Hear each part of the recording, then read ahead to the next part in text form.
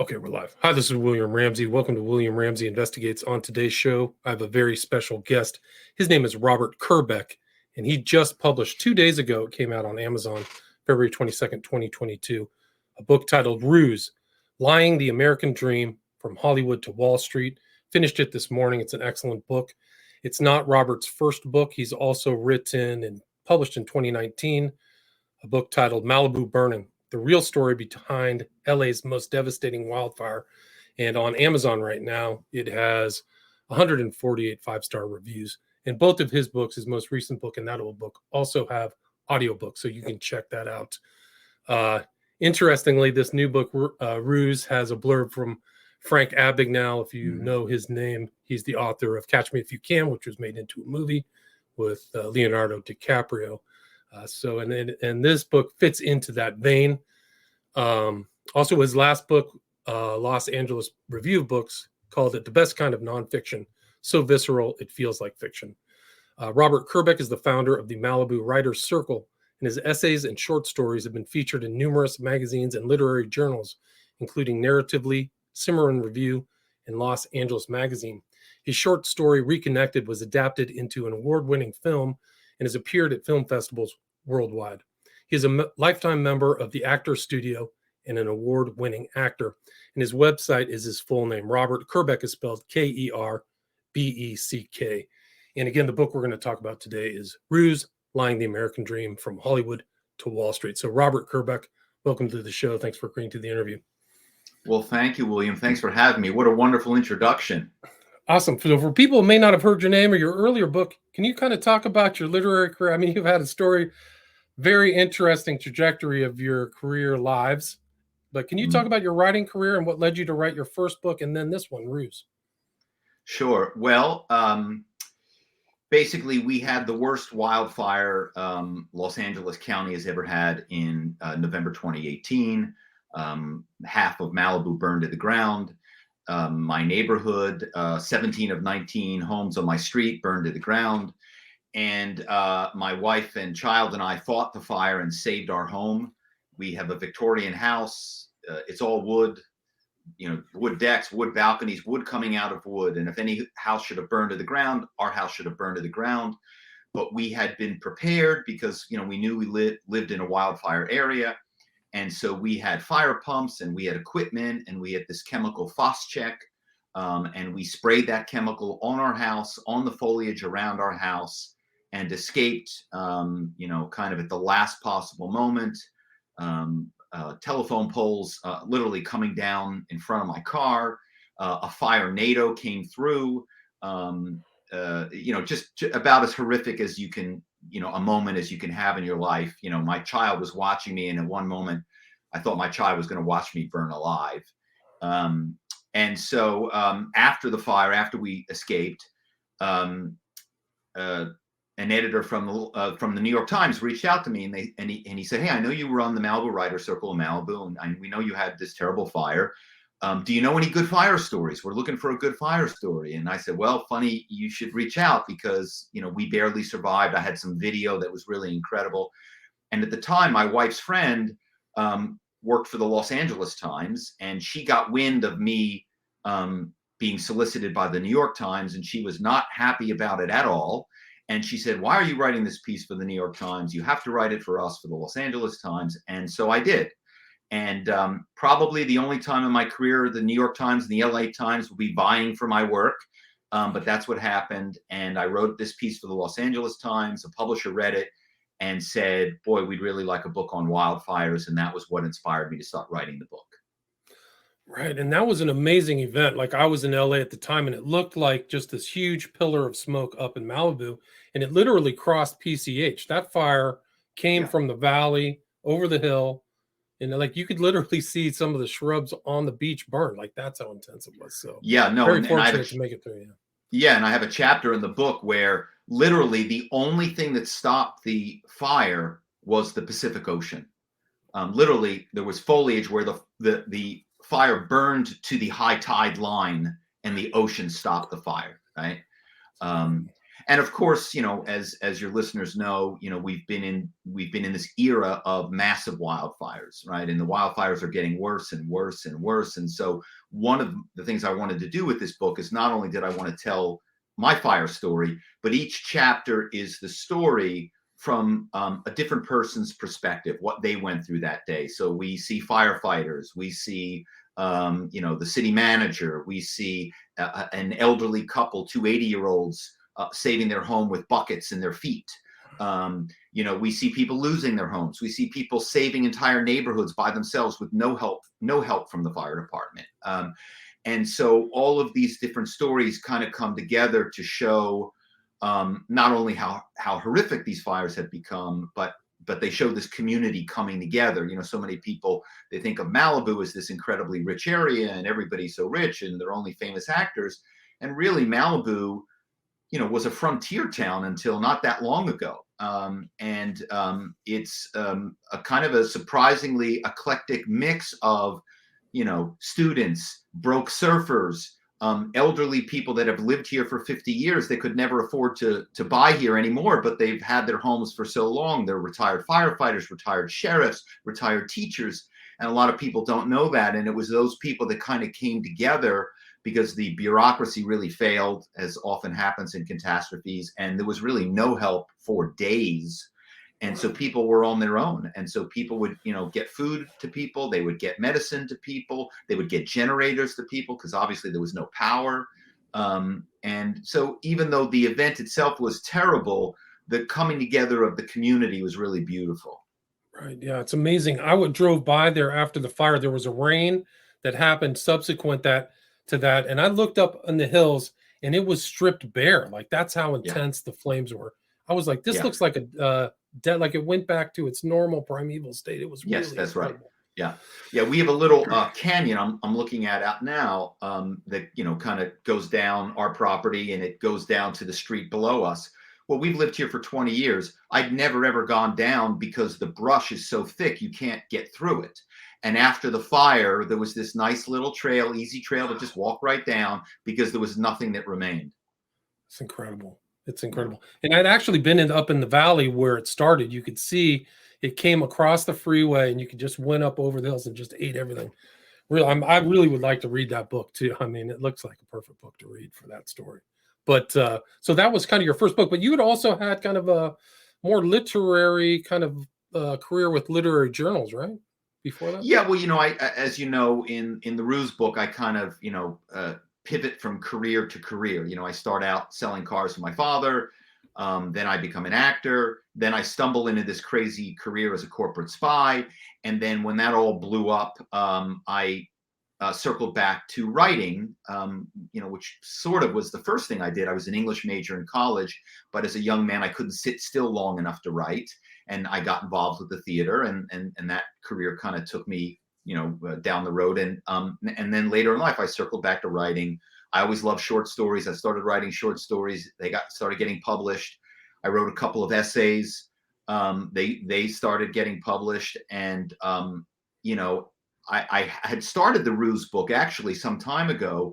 And then, of course, when the fire came, that was such a traumatic event that I knew I had to write about it. And I also knew I wanted to write a story to help other people understand what they could do to give their home a fighting chance in a wildfire, because these wildfires are now, in Colorado, they're in Washington, they're in Oregon, they're in Vancouver, in British Columbia, Australia. These fires are everywhere. And so, we saved our home in the face of the worst wildfire in Los Angeles history. And it's, like I said, it's a Victorian home. It should have burned to the ground. So I think homeowners can do things to save their homes. So I wrote that book. And then after that book, I came back to this Ruse book. And I had always wanted to write this story, but I kind of had to wait a certain amount of time for the statute of limitations to run out on whatever potential crimes I'd committed. And I read an early chapter at a writers' conference, and people were just blown away by the world of corporate spying. people didn't know it existed. We all know the Russians spy on the Chinese. We know the Chinese spy on the Russians. Most people had no idea that major American corporations are spending tens of millions, if not hundreds of millions of dollars a year to spy on each other. Yeah, and so when I started to get that feedback from people that they literally, their jaws were dropping and they just couldn't believe my stories, that was when I said, okay, I've got to write it. Now's the time. There's been enough time has passed. And so I finished that book. And as you know, it came out 2 days ago. Oh, congratulations. And so, I mean, you kind of came out of, you could have gone the route of your father. Your family's business was selling cars in Philly, right? But yeah, you kind of took a different path. Well, it's quite ironic. The name Kerbeck, if you Google Kerbeck cars, there's some of the largest car dealers in the country, and there's Kerbeck Maserati and Kerbeck Lamborghini and Kerbeck Corvette and Kerbeck Cadillac. And my great grandfather came over from Armenia in the late 1800s, and he sold horse carriages before automobiles were invented. And when cars started coming around, he saw the writing on the wall, and he pivoted, which I think is a Kerbeck family trait, and he pivoted to selling cars. And so the Kerbecks have been selling cars since 1899. And, my grandfather sold cars, my father sold cars, and I was expected to take over the family business and sell cars. And when I graduated from college, I went to work for my father, and it just wasn't for me. The kind of trickery and dishonesty of car sales, I just wasn't really comfortable with. And I really wanted to act. And so I went to New York to be an actor. And of course, the irony is that I needed a survival job, and who stumbles into a job as a corporate spy? But that's exactly what I did. And a job that ended up being, of course, far more dishonest than working for my father in the car business. So you probably had some familial skill at just talking to people. And do you think that's what translated into this corporate espionage position? Yeah, I mean, look, it's a rare individual that can lie on the phone and trick people inside major American and global international corporations into telling me things that they definitely should not tell me, right? Data, information, facts, figures, who's good, who's the top person in this department, who the top traders are on a desk, who has the biggest book of business, what are the acquisition plans, what are the expansion plans, are they hiring, are they firing, all of these different things, basically the playbook on a corporation. That's what my clients would hire me to find out on their competitors. And so it requires kind of an unusual skill set. Obviously, you've got to be, fast on your feet. You've got to have the gift of gab. But you also have to have a bit of a business sense, which I got from my family, right? And that combination of the acting skills, but the business skills, I think that combined into making me, really good at spying. Right. And you took this job because you could go to auditions whenever you wanted. So it was flexible. Yeah. And it was yeah, well, think about it. Nowadays, because of COVID, everybody works from home, right? But, until COVID, hardly anybody could work from home, right? You had to go to an office. And so to have a job you could do from home on the phone, set your own hours, do it in between auditions. It was just, that was what every actor was hoping for, right? And yet this job was very, very difficult to do. And even though every friend I had heard about what I was doing, wanted to learn, wanted to try, and the ones that I would kind of take in the circle of trust and I'd bring them in, none of them ever were able to do it. It was just too difficult, too challenging. Because it's, like I said, it's a rare individual that can pull off this kind of spying. Right. So it's like a super high turnover rate, pre-internet, so not as much data is flowing around. So the real skill, you talk about these different pitches you have, skillfully, sussing out different departments and businesses. Yeah. Yeah. What I describe is, I was LinkedIn before LinkedIn was invented, right? Think about it, right? Back in the day, all of this information was private information. Who worked at a company, who ran a team, who was on the team, exactly what the team did, what who were their clients, who were the top people on the team, how much did the people make that worked on the team, right? What were the salaries of all the individuals? All of this information, much of which has now become public information, back then was entirely private. And to give you an example of how valuable this information was, in one example, right before the crash of 2008, there was a team of 8 traders at Morgan Stanley that did a trade that made the firm $1 billion. And my client, a rival of Morgan Stanley, tasked me with finding out the names of these 8 individuals on this team. Now you would think, well, how hard could that be to find out these names? Well, I can tell you it was nearly impossible. These groups were so locked down, they were so protected by the corporations. And yet I found the names of the 8 members of the team. And then the question is, well, what was that worth to your client? And I say, some significant fraction of $1 billion. Because if you can poach the number 2 person on that team or the number 3 person on that team, they can replicate that trade for now their new client. Right. And so that kind of information was, unbelievably valuable to, any corporation. And in this example, a Wall Street firm. But it was also true with the technology industry, too. Right. If there's a top designer working on a new product and I'm able to determine who that designer is working on this cutting edge product, and then my client is able to poach or steal that individual because now they found out this person's the person in charge of this new secret product. Imagine how valuable that is. And remember also back in the day, the whole, the NDAs and the contracts, they weren't as, maybe as strict or strenuous as they might be today for a corporation to prevent that from happening, right? 20 years ago, it was a lot easier for somebody to kind of pick up and leave. Now there are a lot more, there's a lot more protocols in place so that corporations can protect themselves a little bit better. Right. So you were selling money to basically headhunters. So these guys would make money on funds for, getting a new hire to a different company or something like that. That was the information that I would extract from corporations sometimes was used by headhunters, okay. And then sometimes was used by the corporations directly. It would depend on whether the focus of the information I was getting was talent related, like who was at a firm, who was good at a firm, or whether it was related to what the firm was actually doing in terms of their business, their structure, their headcount, their expansions, their acquisitions. So depending on who the end user was, the information that I would extract would be different. Gotcha.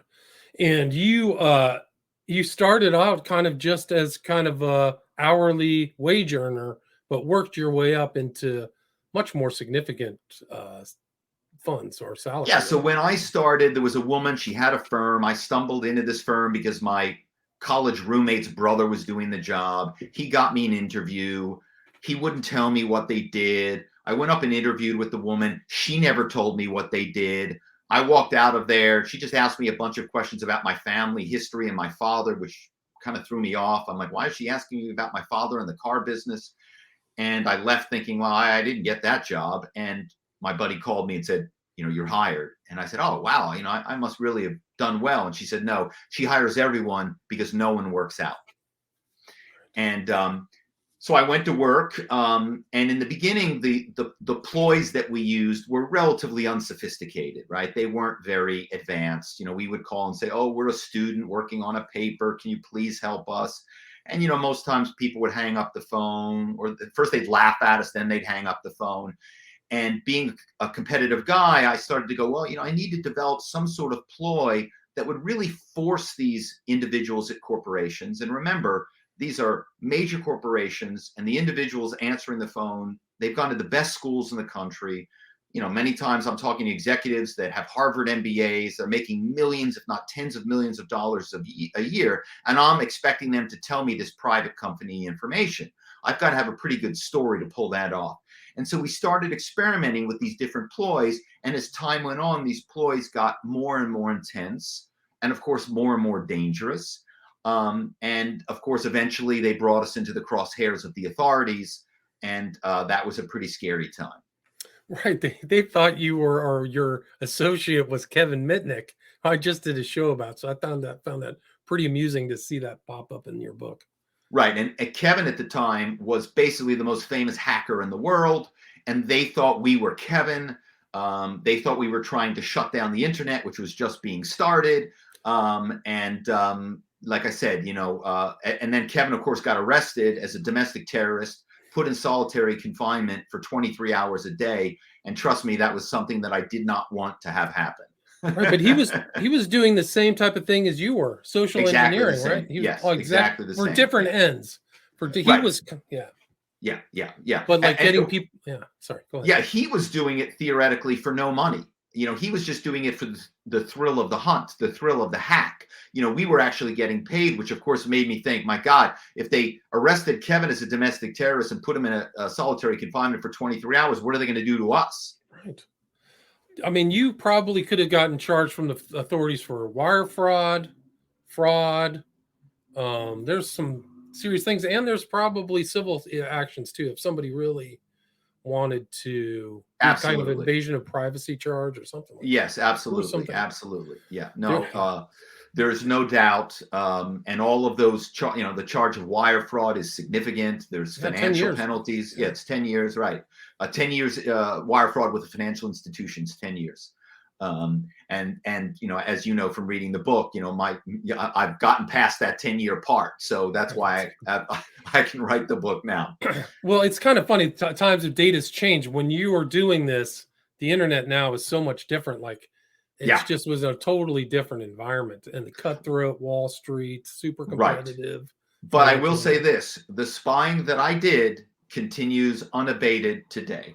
Wow. Because there is still so much information that is private. So, for example, LinkedIn, right? All of the best people, a very large percentage of them are not even on LinkedIn, right? They're killing it at the firms where they're working. They're making tens of millions, if not hundreds of millions of dollars. They don't want to be on LinkedIn. They don't want to be inundated with requests from headhunters. And even if they are on LinkedIn, they haven't updated their profile. They're at a new firm. And so finding these individuals, getting their cell phone numbers so that they can be contacted, right? Because nowadays, so many of these companies, they don't even have a phone number you can call, right? Or if you call their phone number, you won't even be patched into an individual unless they'll say, okay, who is this? What is your purpose in calling? Okay, we're going to send a message, and if they want to take your call, they'll call you back, right? So a lot of phone systems have been put in place to prevent people, from accessing their talent, because corporations have recognized, think about it, you lose one of your top people on a team, it could be a serious blow to a company's bottom line, not only in terms of the revenue, but they've got to, replace that person. They've got to train somebody else. It's a big deal. And so these corporations have started to get wise to, we have to protect our people. And here are some things we can put in place to make it harder for our individuals to be contacted, which is why getting these cell phone numbers is so incredibly valuable. And that's something that I really excelled in doing as well, which was getting cell phone numbers so that my client could contact people privately. Right. And you were kind of put into a third party position so that the client had you distance outside of their umbrella, right? So all these corporate espionage, they always were at arm's length of the actual, right? So always. So, I mean, I personally, it's funny because, Wall Street, Silicon Valley, pharmaceutical industry. Oh, no. We would never do any of this. Oh, no. Never. No. And I'm here to tell you that I have presented my data, my stolen data, to individuals that today are one step from being the CEOs of some of the largest corporations in America. Wow. Right.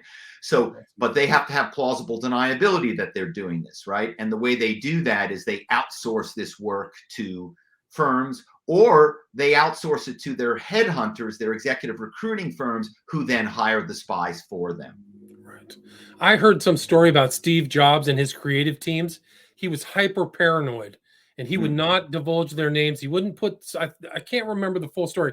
He wouldn't put their names in a directory. He wanted to maintain the the people who are working on the iPad all together so nobody would ever steal them, because it was such an issue in Silicon Valley. So it's there. Exactly. And the commissions are huge. Yeah, and I just wrote an op-ed for the San Francisco Chronicle. It's funny you mentioned Apple, and I wrote an op-ed for the Chronicle about the corporate intelligence, corporate espionage work that I did in Silicon Valley, because I would say Wall Street and Silicon Valley were the two most competitive and cutthroat industries in which I worked, because the stakes were so high, the dollars were so high, right? Imagine if you could poach the guy on Steve Jobs' team that was working on the iPad in the early stages of the iPad, right? It's an incredible amount of money, just off the charts. Like you're talking about billions of dollars. So the commissions that filter through, like you originally started just a computer and a desk, but the person who is actually the corporate espionage head, the amount of value that they're obtaining is very significant. I mean, when you advanced, you made real money. Yeah, well, it's funny, I started out, I got $8 an hour. It was just a survival job. It was just to pay the bills because I was going to be a big, movie star. And as you know, in the book, I was quite close to becoming a movie star, and I did major shows in New York. I got rave reviews in the New York Times and the New Yorker.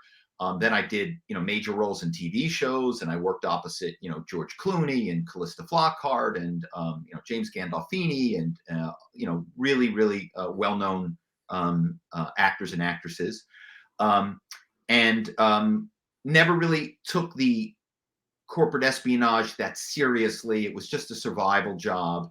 But then all of a sudden, as I got into my 30s, my acting career kind of waned. And I booked a bunch of pilots. None of the pilots ever got made into series. I kind of lost my enthusiasm for it. And at that same time, that was kind of the beginning of the aughts. And that was the run up to the crash of 2008, when it was kind of like boom, boom, boom, boom. And all of a sudden, this intelligence started to become more and more valuable.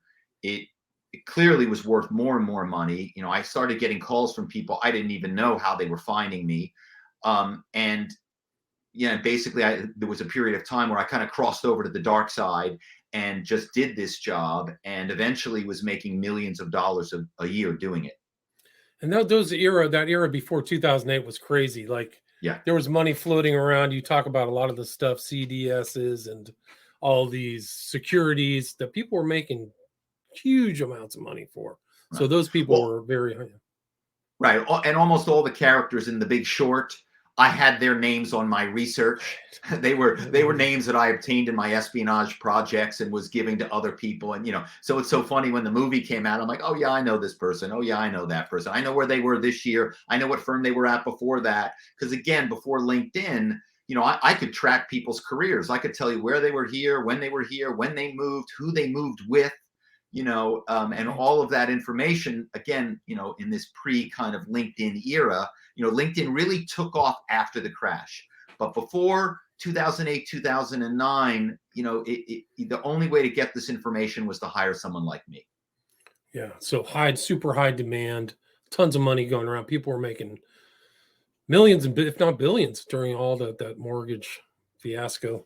Like all those documents were fake. Like there was so much of that stuff was right. Well, and I talk about that in the book, that it's all kind of a giant ruse. It was like everybody was rusing everybody. The homeowners lied on their application. The lenders, they lied when they sold the mortgages to the Wall Street banks. The Wall Street banks lied to the credit ratings agencies. Everybody was lying. It was just this giant house of cards. And then, of course, when it came down, it nearly destroyed, and it really did destroy the global economy. It was really quite some time. I was working for Countrywide for a time there in the before 2008, and when they sold that to Bank of America, I go, have they paid that much money for that? This whole company is based upon confetti. Yeah. So actually, that was an interesting time. So I was reading through your book, kind of going back, having some dark nostalgia. Like some of those, the lifestyle was very New York, actually, kind of New York, Gordon Gekko-ish, even out in California. Do you have time to read a little bit from the book? Do you have any readings you'd like to? Yeah, I'd love to. Great. Yeah, I'll read a little section from the early part of the book. I think it's kind of fun. And like I said, when I would get asked by people at a party, what I did, maybe if I'd had a drink, I might say corporate intelligence. And then if somebody asked me, well, what does that mean? I'd say, well, if I told you, I'd have to take you out back and kill you, and that would be the end of it. But with my, friends, kind of close friends, they could see I was starting to make money. So I would tell them, what I did. And of course, as I said earlier, then they all were interested and they tried to do the job. But this is from chapter 1, and it's called The Biggest Lie. If I told you that you could make millions of dollars a year and all you had to do was lie on the phone all day to earn it, would you do it? Could you do it? You'd probably start by asking if it was illegal. And if so, how illegal? Good for you. You have some kind of conscience. Note that as I flatter you, I'm not answering your question. Or maybe you think, shit, what's the harm in finagling a few names out of corporations anyway? After all, Goldman Sachs, Wells Fargo, and the like don't care about us. They've shown repeatedly and remorselessly that they're not terribly concerned about bilking consumers or tanking the global economy. Who cares if they get dinged a little? While you're pondering that, I'll point out that the job has some serious perks beyond the money. For one thing, you can ruse from anywhere in the world. Your car, the beach, your bed or basement, or backyard surf shack. Monte Carlo, the rainforests of Costa Rica. Over the years, I've rused from London, Paris, the QE2. Those phone calls in the middle of the Atlantic are expensive. Hawaii, even the boardrooms of Wall Street firms while waiting to meet with their CEOs. All you need is a phone, and you can ruse as much or as little as you like. It's up to you. It's just amazing. Like, you were kind of like that home office person before, like you said, this kind of COVID, the home office was existed, and you did a lot of stuff from like your backyard kind of tool shed, right? Yeah, I have a converted tool shed that's where I applied my craft. And look, there were times I was, again, back in the day, I was on vacation or I was, in a car with a friend, and I'd say, hey, there's a phone booth over there, pull over. I'd whip out my MCI calling card, make a couple of calls, get some names, and pay for the trip. On the side of the freeway. That's how user friendly the job was, which is why everybody wanted to try to do it. Right, and I mean the survival rate in the rusing business was what, 1 out of 100. Like, you had select people that you knew from New York, and even the ones you had a couple in LA, right, or one? Yeah, I think of all the people that I tried to train, really only one worked out as a good spy. There were a couple other people that were able to get basic information, but in terms of getting kind of that real value information that clients paid top dollar for, there was only one guy that I trained who turned out to be as good as I was. And one of the funny things about the job is when I started doing it, a woman hired me, and she had a firm, and she only hired women. She thought that only women could do the job.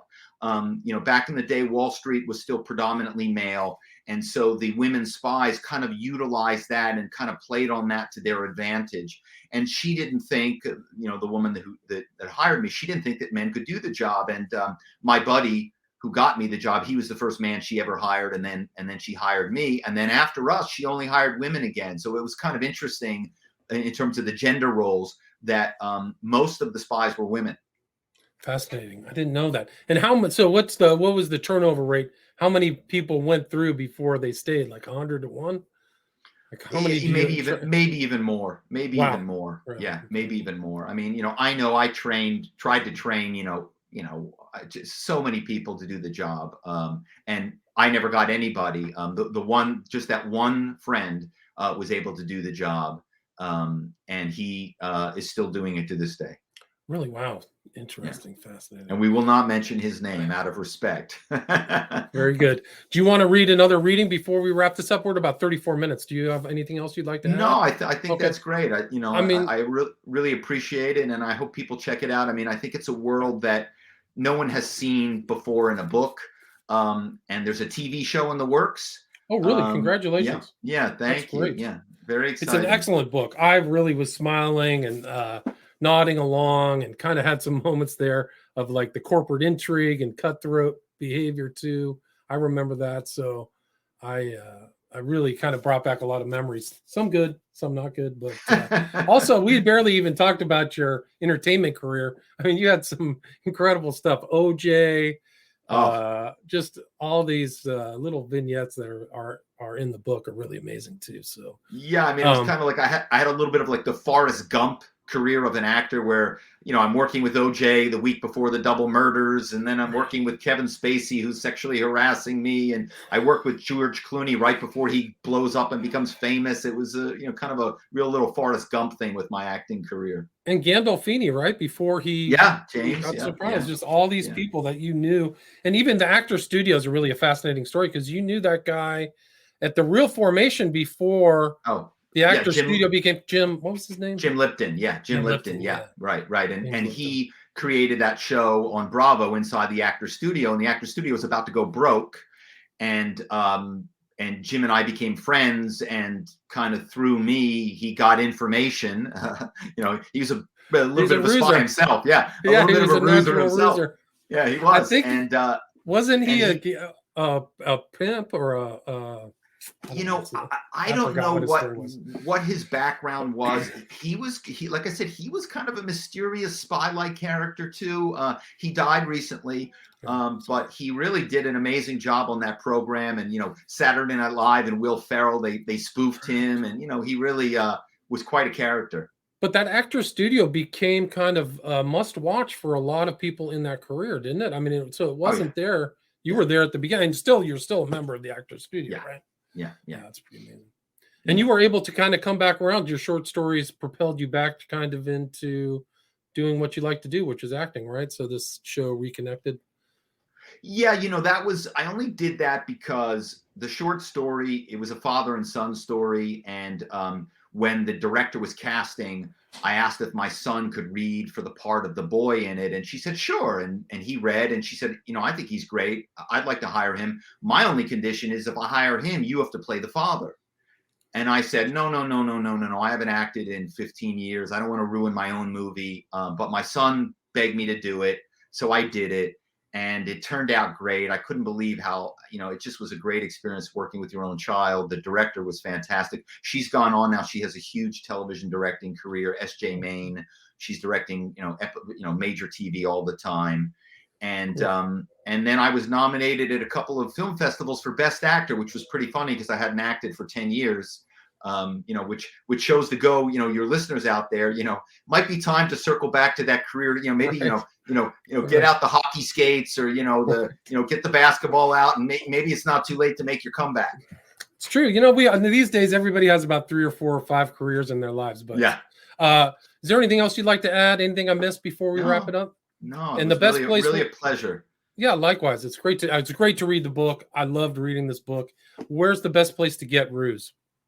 I always tell people your local bookstore, because if you buy the Ruse at your local bookstore, then it makes them order more copies of it. And then maybe the bookseller goes, wow, I'm selling a bunch of copies of this. I'm going to read it now. And I'm going to write a little note because I really like this book. And then people come in and they see this recommended note. And so the local bookstore, and of course, coming out of COVID, local businesses have been hammered, right? Amazon's done great, but local businesses have been hammered. So I think anything right now that you can do to help out, and not just bookstores, but any local business, I think it's important. Yeah, great point. And if people want to reach out to you, your website has a lot of information, books, kind of your career, a lot of stuff at robertkerbeck.com, correct? Yes. And I will put that link in the show notes. And again, the book that we talked about today was Ruse, Lying the American Dream from Hollywood to Wall Street by Robert Kerbeck, just published February 22nd, 2022. Thank you so much for your time. Thank you. All right, stay there.